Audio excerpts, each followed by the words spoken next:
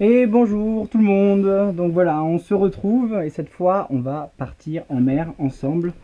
On va découvrir un peu ce que c'est de appareiller en solitaire avec des conditions un petit peu particulières aujourd'hui, vu que le vent me pousse dans le sens contraire de mon pas d'hélice. Donc on va voir lequel des deux va dominer. Il va falloir être attentif et réagir au bon moment. Voilà, donc je vais vous expliquer tout ça. Bien sûr, on vérifie que les coupes batteries ne sont pas activées. On vérifie une dernière fois que la vanne là est bien ouverte. Voilà. Donc on va s'apprêter à partir. On sort.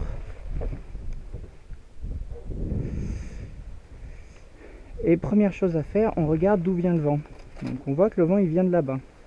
Donc une fois de plus, le vent pousse le nez du bateau quand il sera libre. Donc c'est à dire que si je recule comme ça, il va avoir tendance à partir là-bas, dans ce sens-là, avec le cul vers la sortie. Sauf que mon pas d'hélice, lui, il me fait tourner mon bateau dans l'autre sens.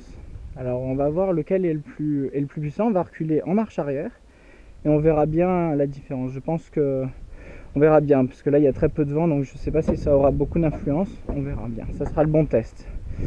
Donc voilà, donc vu que le vent il vient de par là-bas, comme ça, on sait que cette haussière ne sert à rien. Donc on va l'enlever en premier. Hop. Vous voyez là, le fait de l'avoir passé comme ça, c'est quand même beaucoup plus simple. Ça nous évite de faire le lasso. Voilà. Donc en voilà une d'enlever. On va gentiment placer là en attendant.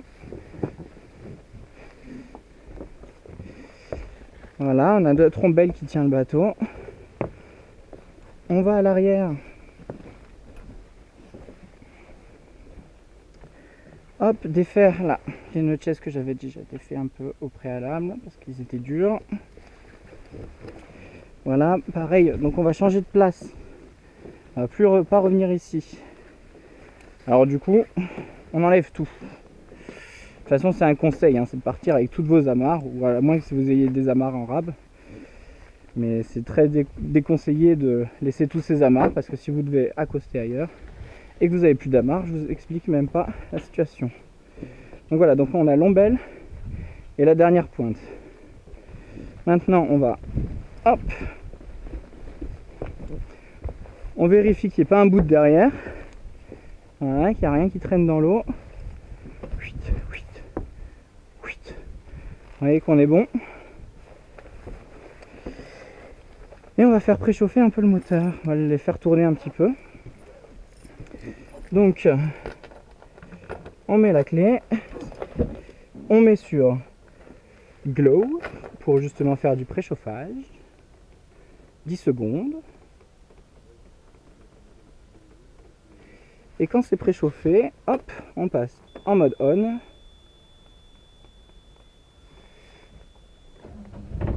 Et on start.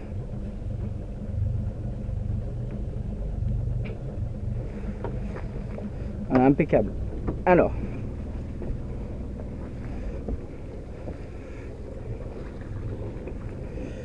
on voit comment le bateau réagit. Normalement, la lombelle, elle devrait faire effet à partir de maintenant, si elle est bien faite.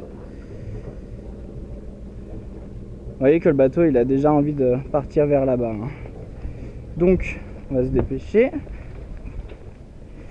Voilà, faut pas se presser, mais à partir de maintenant, c'est quand même assez délicat. Parce que le bateau, il faut pas non plus qu'il s'en aille. Par gros vent, c'est encore plus délicat. Hop. Donc on largue la pointe. Hop. Hop. Voilà, on met ça en place un minimum. Maintenant, justement, je vais vous montrer un petit peu comment on utilise l'ombelle. Vous voyez que grâce à l'ombelle, le bateau il reste accroché quoi qu'il arrive. Et on ne sait pas trop comment il va réagir là, parce qu'il bouge un peu dans tous les sens. Donc, on va gentiment commencer à Voilà.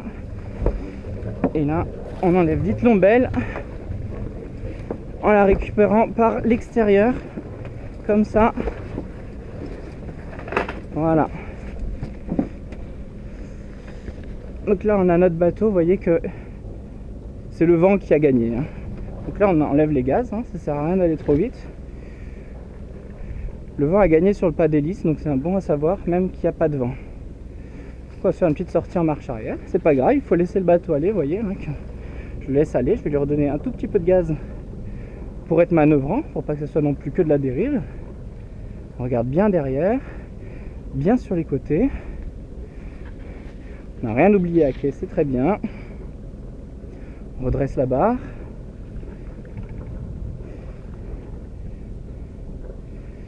Et voilà, on est parti. Alors de base, on enlève la capote pour plus de visibilité dans le port. Hop.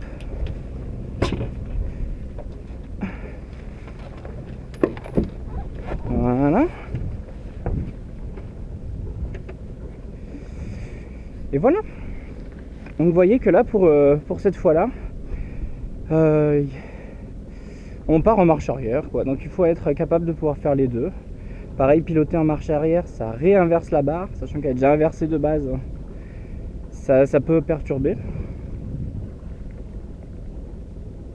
Voilà, on va à 0,6 nœuds, hein, pas besoin d'aller à 3 nœuds. Ça ne sert strictement à rien.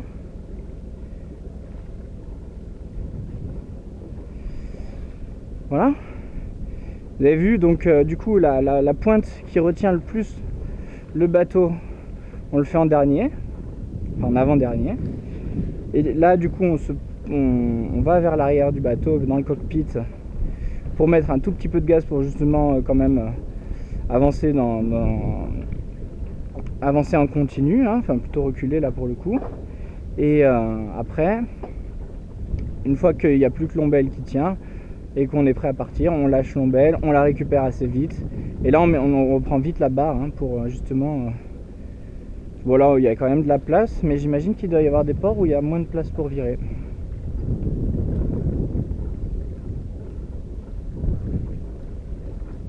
Alors, on va rajouter un petit peu de gaz.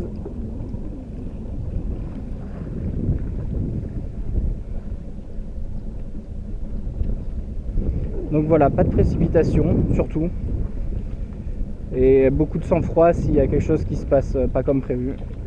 Et justement, essayer de... Une fois de plus, la préparation, c'est ce qui fait tout.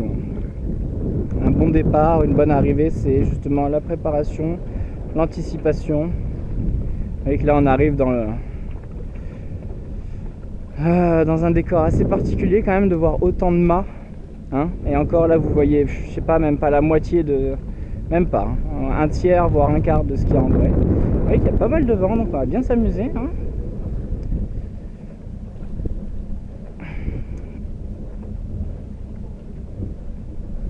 Hop.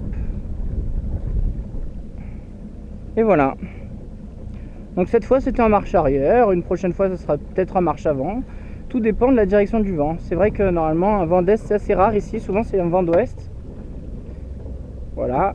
Ici vous enchaînez pas avant-arrière comme des bourrins, hein.